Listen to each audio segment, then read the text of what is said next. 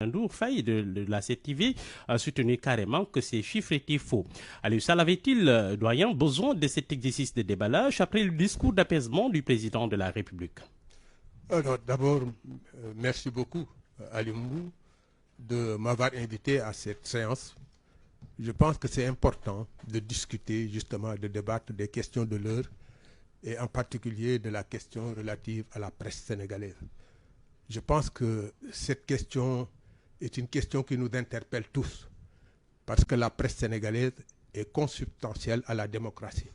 Et de ce point de vue, il me semble important de discuter de la presse, mais au-delà, de discuter de notre architecture démocratique de façon générale. Parce que la presse ne peut pas être sélectionnée de façon exclusive pour discuter de sa situation, de son statut, alors que du point de vue de la démocratie, de l'aménagement démocratique, il y a encore des réglages à faire. Je pense que c'est important. Alors, votre question porte sur la façon dont le ministre de la Communication a organisé sa séance d'explication par rapport à un certain nombre d'informations. Je pense que le ministre de la Communication, en évoquant cette situation, est dans son rôle de donner l'information à l'opinion. Mais il se trouve effectivement que les chiffres avancés sont peut-être de nature à créer encore d'autres spéculations. C'est pour cela que je pose la question. En tant que ministre de tutelle, le président de la République, on l'a entendu aller dans le sens de l'apaisement. Est-ce qu'en tant que ministre de tutelle, il avait besoin d'en rajouter?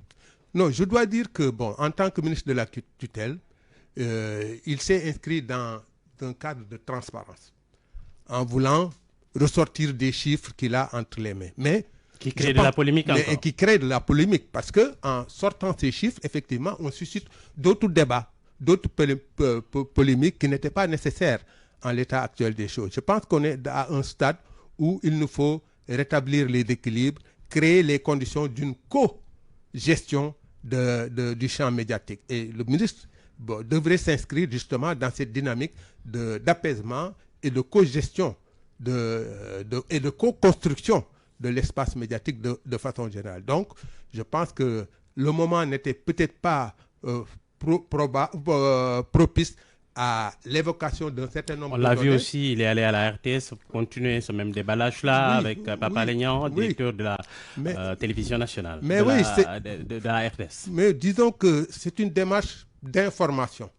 Mais cette information aurait pu être consignée quelque part en attendant d'engager des débats. Parce qu'il y a des discussions qui doivent être engagées entre le ministère et la presse de façon générale, mais notamment à partir des assises que la presse a organisées et qui ont dégagé un certain nombre de pistes de réponse par rapport aux problèmes, aux questions qui interpellent la presse. Et le ministre, je pense aurait dû peut-être attendre que les choses se stabilisent, étant entendu que l'enveloppe qui a été dégagée est une enveloppe que tout le monde connaît. La destination de l'enveloppe également, en tout cas ceux qui étaient intéressés connaissent bien les chiffres qui sont contenus dans cette enveloppe.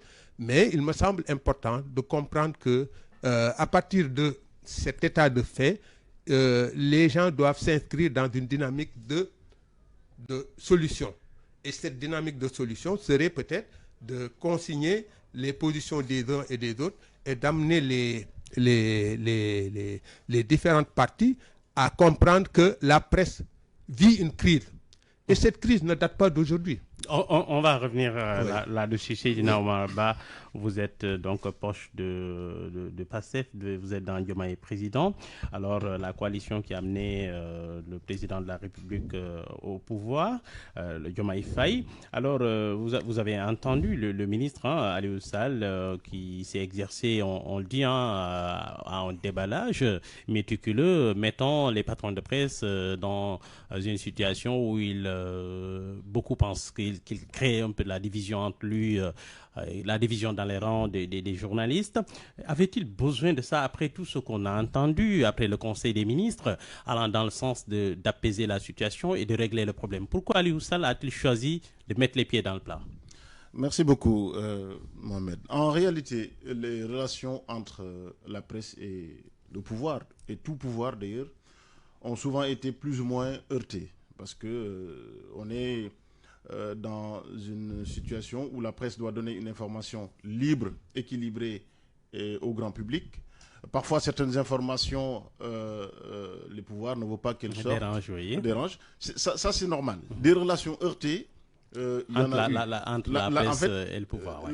Les pouvoirs n'aiment pas trop quand des instances leur échappent. Mais le problème du Sénégal, c'est que ces relations ont été encore plus heurtées au cours de la période à laquelle nous sortons, parce que nous sommes quand même passés depuis 2021 dans une période où la presse a été indexée par l'opposition, une certaine presse en tout cas, comme étant à la solde du pouvoir. Moi, je n'ai jamais considéré cela. J'ai toujours considéré que le verbe informer vient de informare, qui veut dire mettre en forme. C'est-à-dire que les faits sont collectés, mais traités d'une certaine manière. Une ligne éditoriale est forcément à respecter. En réalité, pour venir à votre question, le ministre de la Communication n'a pas fait de déballage. En réalité, il a fait un exercice de transparence. N'oublions pas que quelques jours auparavant, il s'est passé au Sénégal quelque chose qui n'était pas courant. Une journée sans presse, qui est un acte posé par un certain nombre de professionnels des médias, que je respecte. Parce que quand on a des revendications à porter, on a une manière de le faire. Mais l'État aussi a l'obligation de répondre de manière proportionnée à cet acte posé. Et me semble-t-il... Donc c'est une réponse à ça. Le Djoub Djoubanti, en réalité, le premier acte à poser, la première obligation, c'est la transparence. Et peut-être qu'il aurait fallu être transparent d'une autre manière. C'est la réponse à la journée sans presse. En réalité, ce n'est pas une réponse à la journée. C'est une réponse à un besoin de construction, comme l'a dit M. Kassé tout à l'heure. Parce que le président de la République a parlé de dialogue rénové. De dialogue. Moi, j'écoute dialogue, j'entends dialogue. Donc, le ministre de la Communication est celui qui sera en charge d'organiser cela, me semble-t-il. Et il a donc besoin de mettre sur la table... Est-ce que que vous avez entendu, oui, vous sentez qu'il est dans les dispositions de créer cette atmosphère? Bien sûr. En fait, un dialogue ne veut pas simplement dire que tout le monde est d'accord. Il est sur une position. Les professionnels des médias sont sur une autre position. Pour le moment, les positions sont inconciliables. Mais le dialogue, c'est deux parties, dialogue. Mais est-ce que ça ne doit pas venir de lui en tant que ministre des tutelles d'engager les partis vers ce dialogue, puisque aujourd'hui, le président de la République appelle à ce dialogue? Je sais qu'il est en train de le faire. Je sais qu'il est en train de le faire. Mais dans un dialogue, avant d'entrer dans un dialogue, il faut que les positions soient connues. Il faut que les positions soient claires. Parce que si vous entrez dans un dialogue en étant flou de part et d'autre, je crois que le dialogue ne sera pas fructueux. Et surtout, on peut sortir d'un dialogue sans être d'accord sur tous les points. Et on peut entrer dans un dialogue sans être d'accord du tout. Donc, je crois que l'acte posé par les professionnels des médias et la sortie du président de la République, la sortie du ministre de la Communication, tout ceci, me semble-t-il, nous sommes dans un pays de dialogue. Je crois qu'on va trouver une solution, parce que peut-être qu'on va en parler, parce que la presse a véritablement un véritable problème. Une crise, dit M. Kassé, qui fait partie du secteur. Donc tout ceci me semble être constitutif d'éléments qui doivent conduire à une refonte totale du secteur de la presse, avec de vraies attributions dans ce secteur, avec un vrai professionnalisme qui fera que, en tout état de cause, même si des positions sont hostiles au pouvoir, on pourra les comprendre comme étant de la liberté de presse. Oui. Mais toujours est-il que c'est toujours dans le dialogue que cela pourra se faire. Alors, Mamadou Kassé, vous êtes du secteur. Sentez-vous réellement une volonté de la part du nouveau régime de régler véritablement ces difficultés qu'on voit dans la presse sénégalaise? Est-ce vraiment sincère cet appel au dialogue? Si oui, qu'est-ce qui aurait finalement ouvert les yeux d'Ousmane Sonko et de Diomaye Faye sur la presse sénégalaise? Si je vous pose la question, c'est parce qu'ils ont toujours les deux, et les autres, généralement passifs, ils ont eu souvent des attitudes hostiles difficile à l'encontre des journalistes de notre pays. Lorsqu'ils étaient déjà dans l'opposition, médias privés et médias publics confondus, on se rappelle, doyen, le geste d'Ousmane Sonko qui a écarté le micro des journalistes de la RTS venus couvrir sa tournée de campagne à Tivaouane, à la dernière présidentielle, si je ne m'abuse, les insultes envers les journalistes qu'il qualifie de corrompus, la vendetta de certains de ces sbires qui ont agressé des journalistes et détruit des véhicules des hommes de médias. Vous avez vu au groupe Futur Média ce qui s'est passé, sans parler des journaux falsifiés pour semer la zizanie dans la tête de l'opinion. Qu'est-ce qui fonderait finalement ce rétropédalage s'il y a rétropédalage? Mais vous l'avez évoqué, c'est le tout. Parce que nous considérons que nous sommes dans un pays de démocratie. Quand vous êtes dans un pays de démocratie, vous êtes dans un pays d'expression plurielle. Et l'expression de la presse est consubstantielle, accompagne la démocratie dans tous les processus. Et les politiques et les journalistes ont toujours eu des rapports heurtés, plus ou moins heurtés. Il y a eu des rapports également de compromis. Et parfois des rapports de compromission. Et je dois dire que, de ce point de vue, nous avons décelé des connivences entre une certaine presse, pas toute la presse, une certaine presse et certains hommes politiques. Et de ce point de vue, il me semble important de s'arrêter un moment pour réfléchir sur l'architecture qu'il nous faut mettre en place pour que la presse soit véritablement indépendante et autonome à certains égards, pour arriver à accompagner tous les processus. Qu'est-ce qui aurait fondé ce rétropédalage après tous les actes hostiles que je viens de citer? Mais ce rétropédalage est dû au fait que probablement il a dû faire un constat. Lequel? Lequel, c'est qu'il y a une presse qui peut-être, pour lui, de son point de vue, était là pour effectivement lui mettre les bâtons dans les roues. Et effectivement, il a senti cette persécution-là. Et je pense que nous, journalistes... Non, pourquoi il a appelé au dialogue? Pourquoi? Qu'est-ce qui s'est passé après tous les actes hostiles qu'on a connus? Oui, mais le dialogue, c'est nécessaire. C'est même impérieux. Il nous faut engager le dialogue dans tous les secteurs, et en particulier dans le secteur de la presse, parce que la presse est la vitrine du Sénégal. La presse est le soft power du Sénégal.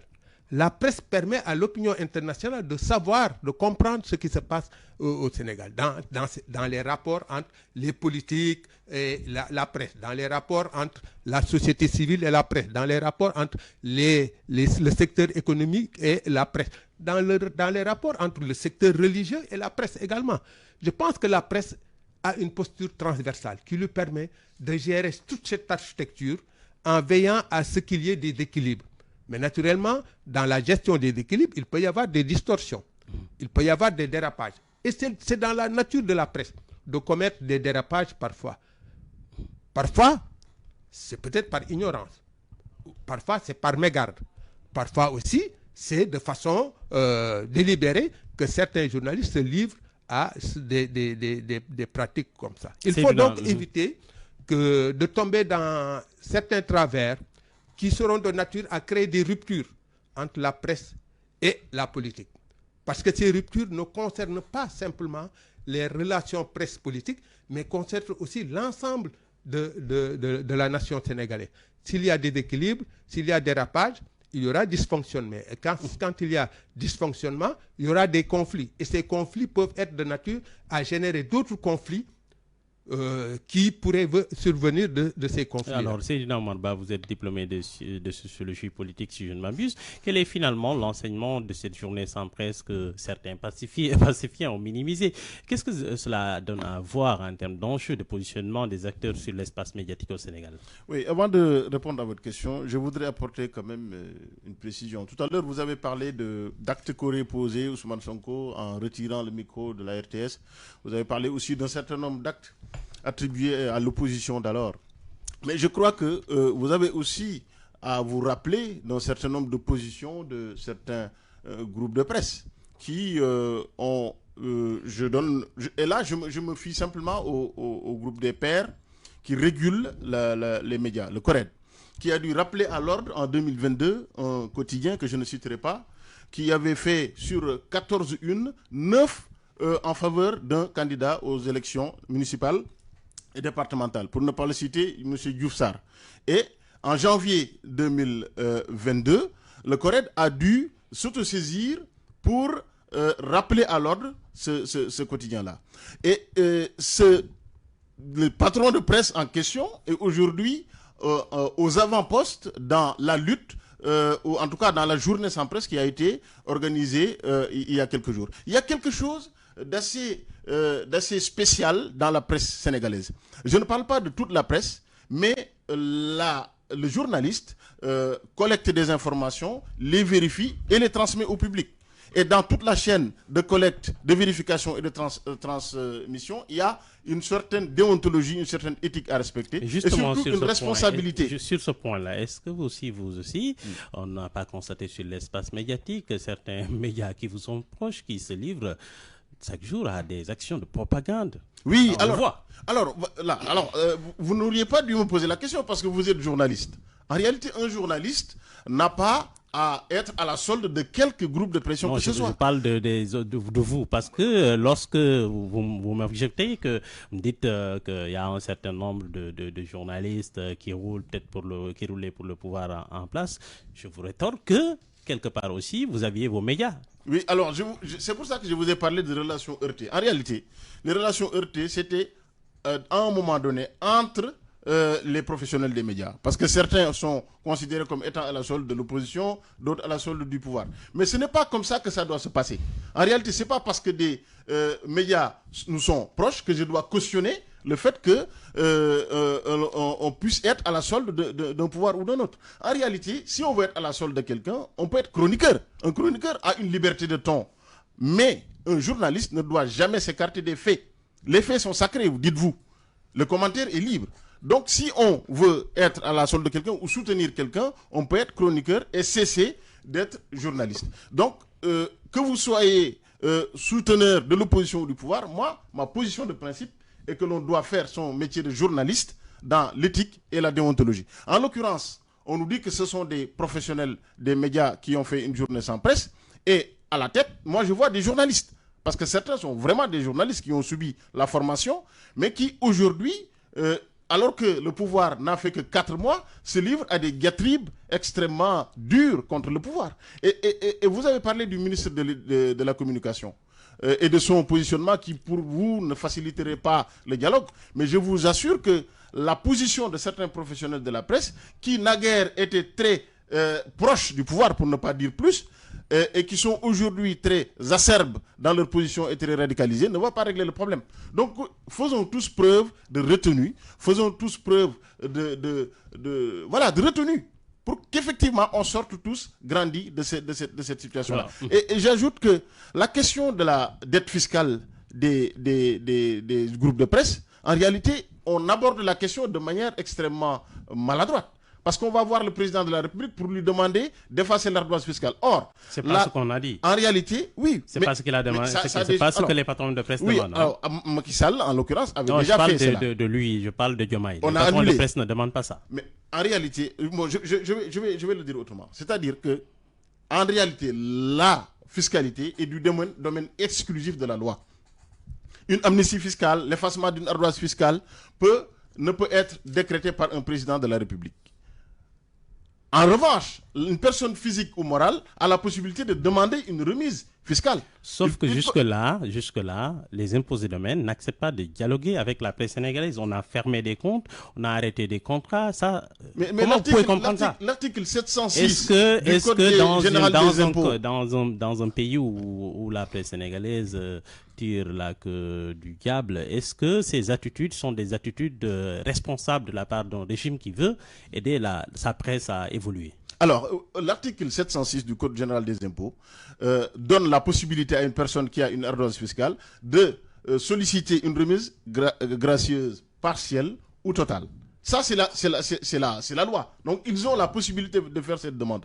Maintenant, est-ce que sur la base des motifs invoqués, on pourra effacer partiellement ou totalement? Ça, c'est du domaine de la loi. Parce que c'est le Code général des impôts qui encadre tout ça. Mais quand j'entends certains parler, j'ai l'impression qu'il n'y a pas de code des impôts et qu'il faut parler directement au président de la République ou au ministre de la Communication. Sauf que sur ce point-là, s'il décide d'effacer l'ardoise fiscale alors que la loi dit autre chose, le Djoub Djoubal Djoubmanti n'aura aucun sens. Donc, il y a aujourd'hui un cadre légal à respecter. Maintenant, moi, je suis d'avis. Sur le point, je suis d'avis. Je suis d'avis. Sur le président de la République, justement. Excuse-moi, je vais terminer juste. Oui. Je suis d'avis qu'il faut faire évoluer la loi. Oui. Je pense que les groupes de presse n'ont pas à se voir appliquer les mêmes conditions de fiscalisation que les autres. Oui. Mais en attendant qu'on en arrive là, je crois que le cadre légal doit être un tant soit peu respecté. Et c'est ce que les autorités sont en train de faire. Peut-être que certains mots sont plus forts que d'autres, qu'il y a un tempérament dans l'expression des propos, mais cela ne veut pas dire que le cadre légal ne doit pas être respecté. Pourquoi Diomaye Faye a-t-il choisi de recevoir les jeunes reporters et fermer la porte aux patrons de presse qui tiennent les entreprises? Bon, ça peut-être qu'il faut demander à monsieur le président de la République. Question, vous êtes, oui, mais vous savez que c'est le président de la République. Oui. Moi, je ne suis pas dans le secret dédié. Je ne sais pas comment cette audience a été organisée. Où est la cohérence dans ça? En réalité, ce sont tous des professionnels des médias. Je crois que si vous recevez les reporters, monsieur le président de la République ne reçoit pas les reporters pour les monter contre les patrons de presse. Finalement, pour régler quel problème? Pour régler les mêmes problèmes. Parce que vous savez, la fiscalité dont on parle là, en réalité, les conséquences, c'est quoi? Si on exige aux patrons de presse de payer toute l'ardoise fiscale, cela veut dire qu'en réalité, pendant des mois, ils ne pourront pas exercer. On le sait. Ça veut dire qu'ils n'ont pas les moyens de payer tout ce qu'on leur demande. Donc fermer pourquoi donc fermer leur compte? Pourquoi? Alors là encore, c'est très intéressant ce que vous dites. L'avis à tiers détenteur dont on parle, ce n'est pas une décision que l'on prend un matin en se réveillant. Non. C'est tout comment? Je vous explique. C'est-à-dire qu'il y a toute une procédure, tout un processus, tout un ensemble de rappels qui précède l'avis à tiers détenteur. Et l'avis à tiers détenteur est adressé à la personne qui détient les fonds de la personne physique ou morale qui doit de l'argent au fisc. Donc, on sait que les banques gèrent l'argent des groupes de presse, donc on va envoyer l'avis à tiers détenteur. Mais avant cela, il y a eu des rappels, il y a eu des injonctions, il y a eu tout un tas de processus prévus par le code général. Comment comprenez-vous tous ces actes? Je rappelle tout juste. Je veux dire que vous fermez les comptes des groupes, les comptes en banque des groupes de presse, vous arrêtez les contrats publicitaires. Ça, comment vous comprenez ça? Quand vous dites fermer, en un seul moment. Quand vous dites fermer les comptes, déjà ce n'est pas le mot exact. Vous les bloquez, vous les bloquez. Un avis à tiers détenteur, c'est cela. Qu'est-ce qu'il y a derrière tout ça? On bloque ça sur la procédure. En fait, je pense qu'on doit peut-être sortir à un moment donné de la procédure et discuter. Mais on ne peut pas abandonner la procédure et attendre de discuter pour revenir, parce qu'on n'aura pas de solution. La procédure d'avis à tiers détenteur est prévue par le Code général des impôts. Donc, si vous demandez à un inspecteur des impôts ou à un chef de service fiscaux de ne pas appliquer la loi, mais on est où? Il faut quand même qu'on respecte un minimum la loi. Maintenant, une fois que l'avis à tiers détenteur est envoyé, on regarde maintenant si l'entreprise en question ou la personne a les moyens de payer. S'il n'a pas les moyens de payer, on peut demander un effacement, un moratoire ou un effacement partiel ou total. Ce que vous n'êtes pas en train de faire pour le moment. Alors, je vais donner la parole à Doyen qui a croisé un peu les bras. Peut-être rebondir sur cet aspect-là très rapidement. On a souvent entendu de théorie du grand remplacement. Des autorités dire Boufenen Ame, Ken Sonatul. On a souvent entendu Ousmane Sonko dire que les réseaux sociaux sont devenus plus importants que les médias de masse. Presse dite classique, Facebook a supplanté vos journaux et vos télés. Ont-ils souvent dit après la journée sans presse, qu'est-ce qu'on a compris finalement? Oui, bon, disons que je vais rebondir sur cet aspect avant par rapport à ça. Je pense que ce qui offusque la presse, c'est le fait d'avoir choisi ce moment pour mettre tout le monde dans le même sac. Je pense que si l'État avait envisagé d'engager un processus qui permettrait d'inviter la presse individuellement à s'acquitter de ses obligations, je pense que les gens n'auraient pas trouvé à redire. Mais il se trouve qu'effectivement, d'un seul coup, la presse s'est trouvée face justement à des exigences auxquelles elle ne peut pas satisfaire. Je pense qu'il est important, l'État étant un régulateur, un modérateur, un stabilisateur, de voir comment engager la presse Est-ce qu'à travers ces actes-là, vous avez vu un État régulateur ou un État qui cherche à museler la presse sénégalaise? Mais je considère, en tout cas par les actes qui sont posés, que peut-être en dehors de cette maladresse, par rapport justement au moment choisi, parce que tout est question de pertinence et d'opportunité. La pertinence, c'est le choix, c'est de faire en sorte que les gens payent, c'est tout à fait normal, mais l'opportunité, c'est de sélectionner les moments à partir desquels chacun individuellement doit pouvoir payer. Mais si ensemble, on les confronte à cette situation, naturellement, c'est le réflexe normal de toute organisation de se défendre. Et ça, c'est Macky Sall qui l'avait fait. Excusez-moi voilà, de vous couper. C'est Macky Sall lui-même qui avait décidé d'effacer l'ardoise fiscale. Et donc, c'est lui qui a regroupé les problèmes. Parce qu'à un moment donné, il faut progressivement que les gens s'acquittent de leurs obligations. Oui. En l'occurrence, on a réuni, rassemblé les obligations, si bien qu'on pense que c'est monsieur le président Diomaye Faye ou le premier ministre Ousmane Sonko qui a décidé d'un coup de taper sur la presse. Alors qu'il devait sur la presse privée, on dira. Parce que sur les 40%, la presse doit de l'argent au fisc. Oui, d'accord. On est d'accord. C'est pas la presse depuis seulement. Des années. Oui, c'est pas la presse seulement. Avant même l'arrivée de monsieur le président. Ce n'est pas la presse seulement. Oui, c'est presque. Il y a beaucoup de secteurs. Oui, justement. C'est pour ça que je pose la question. Mais sur peut-être un aspect. Sur les 40 milliards de dettes fiscales, les 33, en tout cas, sont le fait du public, le soleil, la RTS, etc.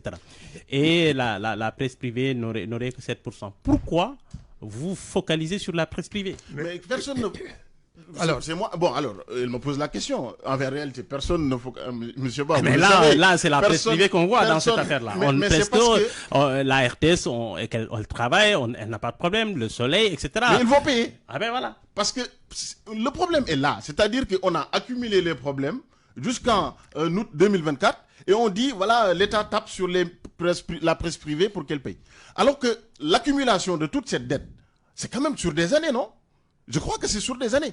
Donc, il y a un mode de fonctionnement qui n'a pas été normal, qui n'a pas été efficient, qui n'a pas été discuté peut-être.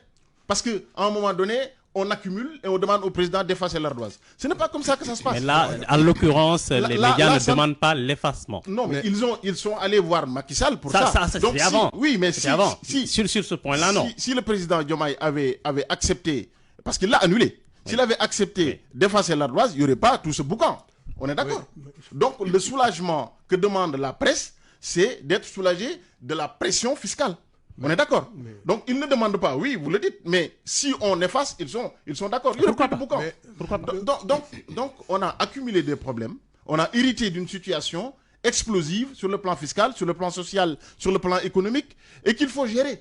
Et excusez-nous de prendre le temps de respecter le cadre légal et d'avoir aussi la possibilité d'autres solutions discutées, concertées.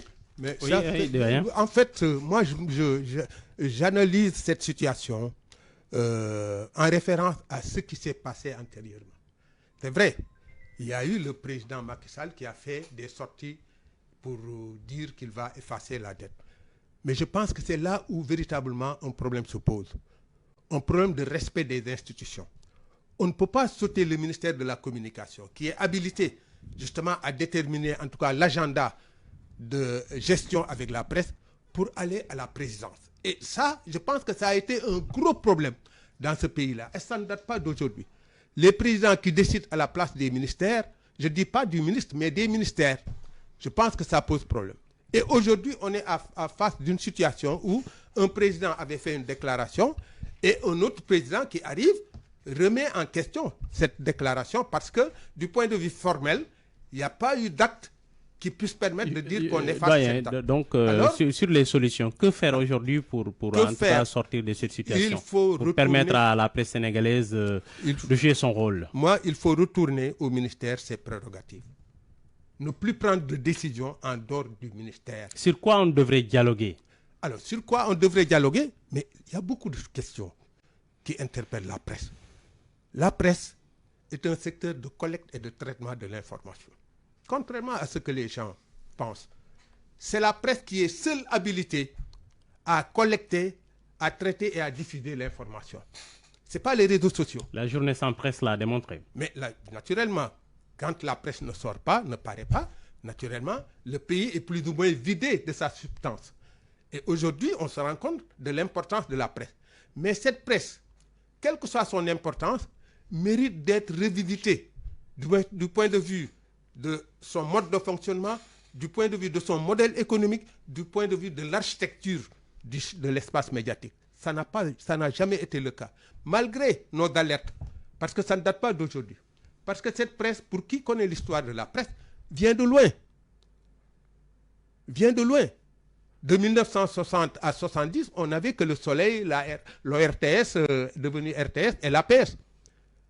Mais parallèlement, il y avait des journaux d'opinion créés par les partis politiques, en particulier les partis de gauche, qui ont cheminé avec la démocratie, qui ont revendiqué leur part de démocratie. Et c'est quand, à partir des années 74, avec l'avènement du PDS, les gens ont commencé à mettre en place des organes de presse, d'information générale, qu'on a compris qu'il y avait une alternative à la presse d'opinion, qui était une presse de commentaires et qui se défendait politiquement. Mais entre-temps, il y a eu cette évolution qui fait que les journaux ont commencé, d'information générale, je veux dire, ont commencé à naître. On a eu le politicien, on a eu Mamles Dia, Boubacar Diop, avec Promotion, etc., plus ou moins, et d'autres journaux qui ont essaimé un peu partout. Ben, certains, parmi eux, ont été alimentés effectivement par des hommes politiques, entre-temps. Parce que les gens ont compris que la presse était un instrument stratégique. Ils l'ont utilisé plus ou moins. Donc, il y a eu un dépérissement de la presse d'opinion, mais en faveur de la presse d'information générale. Professionnelle. Oui. Alors, cette presse d'information générale, qui aurait dû être une presse indépendante, du point de vue, en tout cas, de la gestion, de la collecte et du traitement de l'information, a été, justement, infiltrée par un certain nombre d'hommes politiques qui ont orienté un certain nombre de lignes éditoriales. Donc, il fallait justement remettre en question tout cela pour arriver à mettre en place une presse véritablement professionnelle. Ça n'avait pas été le cas. Et depuis des années, on en parle pour dire que cette presse-là doit évoluer. Et on a eu quand même un certain nombre d'initiatives avec les groupes de presse, de gens, des capitaines d'industrie, des hommes d'affaires, des artistes comme votre président directeur général, Youssou Ndour, qui ont quand même occupé le champ, connaissant le rôle de la presse et connaissant la nature de ces leviers qu'on devait utiliser, qu'on doit pouvoir utiliser pour faire la promotion d'un certain nombre de valeurs ou en tout cas d'un certain nombre de secteurs. Je pense que ça me semble important. Il faut arriver à ça. Et les débats à engager vont porter sur ça.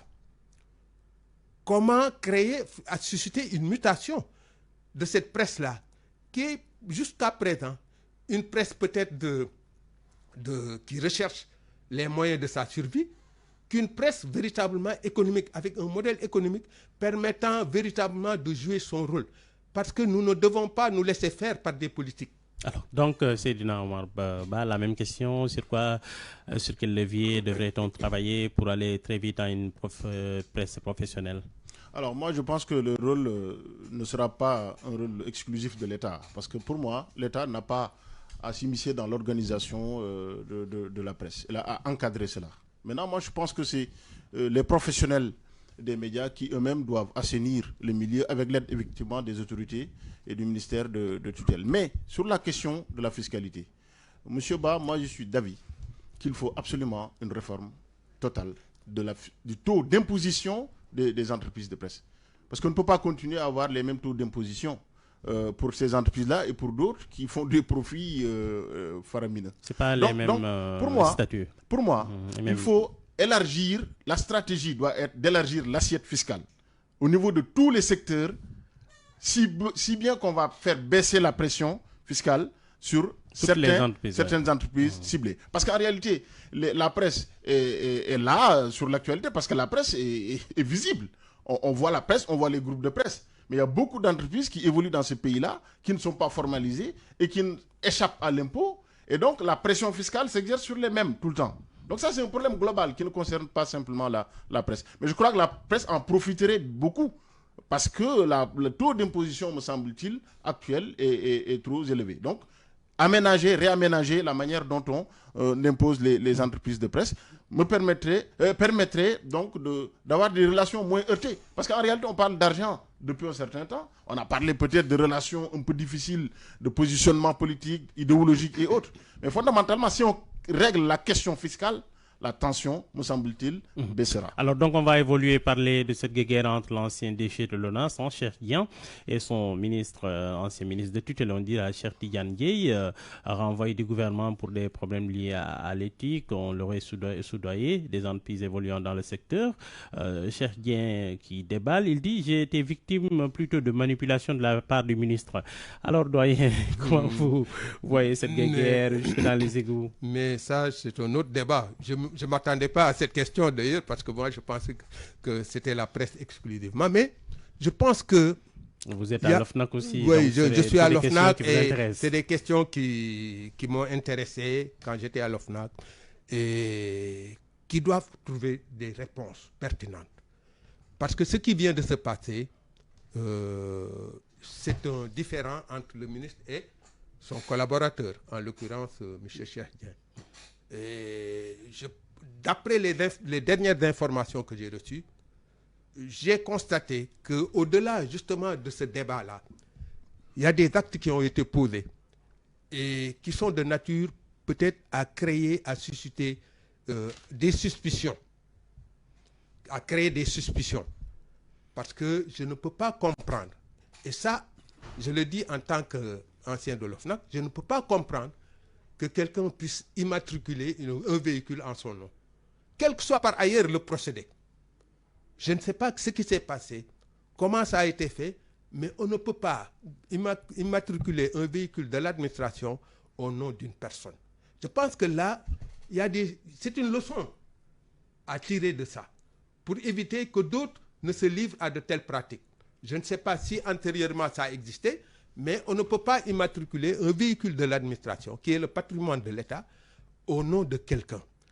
Bon, est-ce qu'il était au courant? Est-ce qu'il n'était pas au courant? Qui l'a fait? Je pense qu'il y a une nécessité de mener une enquête dans ce sens pour déterminer les responsabilités. Parce que ça, je pense que c'est un acte de prévarication extraordinaire.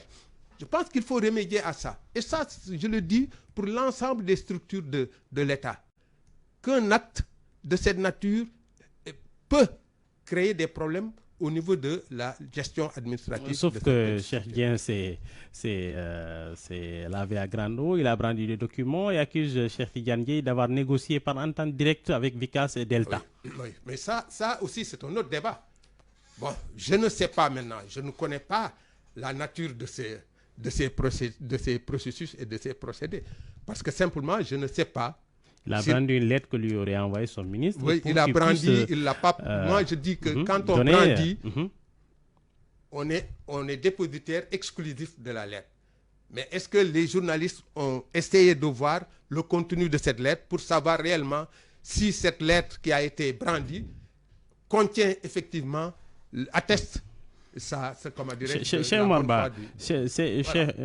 Seydina Omar Ba, votre ministre de Cheikh Tidiane Dièye, a été accusé dans cette affaire-là par Cheikh Dieng. Est-ce que aujourd'hui, pour que tout le monde soit vraiment édifié, est-ce que le docteur Cheikh Tidiane Dièye ne devrait pas prendre la parole pour s'expliquer? Alors, moi je pense que cette affaire-là, quand même, est extrêmement grave. Et cela montre à quel point la transformation systémique dont on parle est une urgence absolue. C'est-à-dire que M. Dieng, qui s'est exprimé et qui a porté des accusations sur son ministre de tutelle, très grave, parle en réalité d'un ensemble de pratiques qui sont légion dans notre pays depuis des décennies. On a donc hérité d'une situation administrative, technique, ministérielle et autres, qui fait que certains profitent des marchés et d'autres tirent le diable par la queue. Donc, en résumé, moi, je crois que c'est ça le véritable problème. Maintenant, si vraiment ce qu'il a dit est vrai, c'est-à-dire que le ministre a véritablement demandé à ce qu'on annule une attribution régulière pour passer par entente directe en faveur de 2 autres entreprises, là c'est extrêmement grave. Mais attendons, parce que le ministre, je crois, va s'exprimer. Et je ne crois pas que l'on puisse attendre de lui qu'il délègue son cabinet. Il doit parler. Oui. Je crois qu'il doit s'exprimer parce que M. Dieng s'est exprimé. On n'envoie pas un service de communication devant des accusations aussi graves. Moi, je reste sur les principes. Je crois que le Djoub Djoubanti commence d'abord par la transparence. M. Dieng a fait preuve de transparence selon lui. Donc le ministre n'a qu'à faire preuve de transparence et les Sénégalais jugeront. Et si des décisions, des sanctions doivent être prononcées, elles doivent l'être de part et d'autre. Parce que M. Dieng apparemment a été sanctionné. Et si le ministre a vraiment fauté, il devra en tirer les conséquences. C'est-à-dire on doit le renvoyer. Quand vous avez dit, parlant d'un véhicule qui a été immatriculé au nom de M. Dieng lui-même a dit que apparemment c'était une pratique. Et que lui-même n'était pas au courant. Et c'est quand il a vu la carte grise qu'il a vu son nom. Il a demandé à ce qu'on enlève cela pour mettre l'ONAS sur la carte grise. Donc lui, s'il a vraiment fait ça, il a fait ce qu'il devait faire. Parce que ce n'est pas des véhicules personnels quand même. Et tout ceci me fait dire que ce sera très difficile. Le redressement de ce pays, la transformation systémique sera très, très difficile. Parce qu'on a hérité d'une situation avec laquelle on doit composer et sur la base de laquelle on doit imaginer de nouvelles méthodes d'action, de gouvernance, de transparence et de reddition des comptes. L'OFNAC, doyen, devrait-il s'attaquer ou s'autosaisir sur ce cas-là au nom du Djoub Djoubal? Mais naturellement, tous les corps de contrôle devraient se... Il y a une hiérarchie, il y a une répartition des corps de contrôle. Et chaque corps a sa spécialité par rapport à la gestion des ressources publiques. Je ne dis même pas des finances publiques, mais des ressources publiques, de façon générale. Il est important de comprendre donc le rôle de chaque corps. Et c'est maintenant peut-être qu'il va falloir mettre ces corps de contrôle, réhabiliter ces corps de contrôle, leur demander d'exécuter les missions pour lesquelles ces corps ont été sélectionnés, mis en place, etc. Et l'inspection d'État, l'inspection des finances, la Cour des comptes, l'OFNAC, etc. C'est des structures qui sont là, qui doivent jouer leur rôle. Et ce cas de figure-là, par rapport aux véhicules, est suffisamment édifiant sur les pratiques de corruption ou en tout cas sur les pratiques de malversation. Mais l'OFNAC, ne s'occupant que des questions de corruption, naturellement, va voir si effectivement cet acte qui a été posé est de nature à susciter, en tout cas, des doutes ou en tout cas à créer des suspicions sur le fait de corruption. Parce que le fait de corruption est constaté. Excusez-moi, doyen, mais moi je pense qu'avant même d'arriver à l'OFNAC, il y a le code de passation des marchés publics. Oui. Je crois que ça, si vraiment M. Dieng a raison, et que M. le ministre a agi de la sorte, on n'a même pas besoin d'aller à l'OFNAC. C'est-à-dire qu'il y a les sanctions prévues par la loi. Parce que là, en l'occurrence, la corruption... Oui, après, on va voir à quel point il a été corrompu ou pas. Mais là, dans l'immédiat, les sanctions sont visibles. Quand on agit comme ça, je crois qu'on n'a rien à faire dans une république. Mais il y a les corps de contrôle interne d'abord, avant de passer à une vitesse supérieure, à un niveau supérieur. Les corps de contrôle auraient dû identifier ces pratiques en tout cas, de ces dysfonctionnements qui peuvent être de nature à créer des suspicions de corruption ou de malversation. Ça, c'est à l'interne d'abord que ça aurait dû être géré. Je pense que l'inspection interne, les corps de contrôle interne, tout ça, aurait dû intervenir. Parce que quand un acte comme ça arrive auprès de l'inspection interne, en tout cas de celui qui est chargé du contrôle interne, il doit pouvoir révéler ça. Et est-ce que cette révélation a permis au directeur de savoir que c'est un acte qui est de nature à susciter, à créer des suspicions au niveau de la structure? Je ne saurais le dire. Mais en tout cas, je pense qu'il y a des enquêtes à mener. Il faut nécessairement qu'il y ait des enquêtes par rapport à cet acte qui me semble de nature...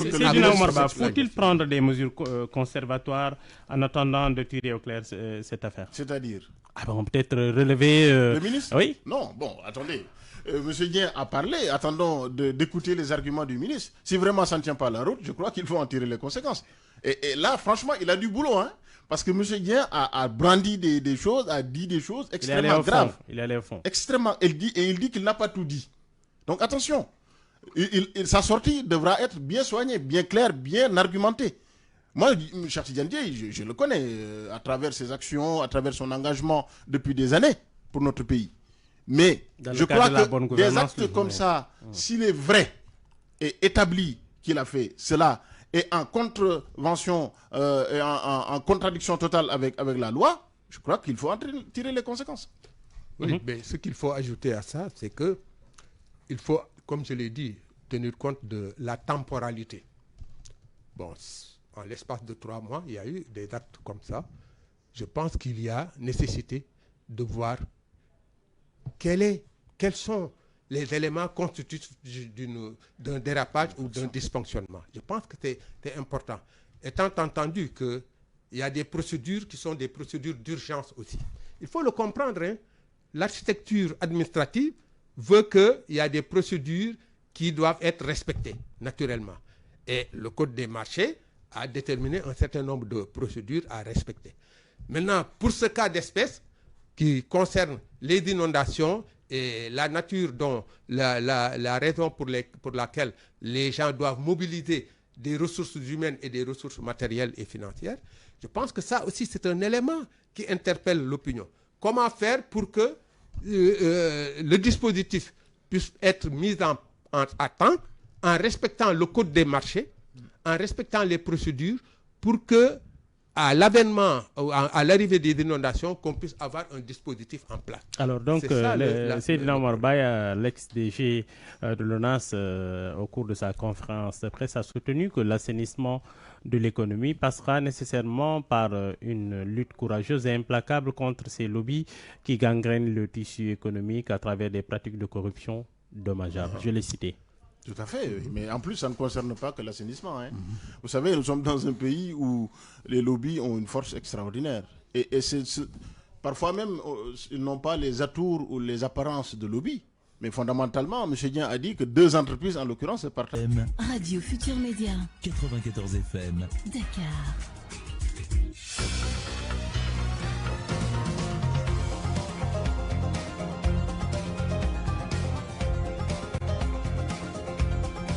mbokk yi jàngeen jëf xibaar yi ci gàttal dañ koy tàmbaleek bilangu accident bi amul ni ki démb ca Koumpentoum juróomi bakkan ñoom ñoo ci dal di xott juróom ñi jot nañu xam fa ñu bawoo gannaaw ba fa gendarmerie bu Tambacounda defee liggéeyam chauffeur bus ba nag daroon jéem a daw gannaaw accident bi ñu teg ko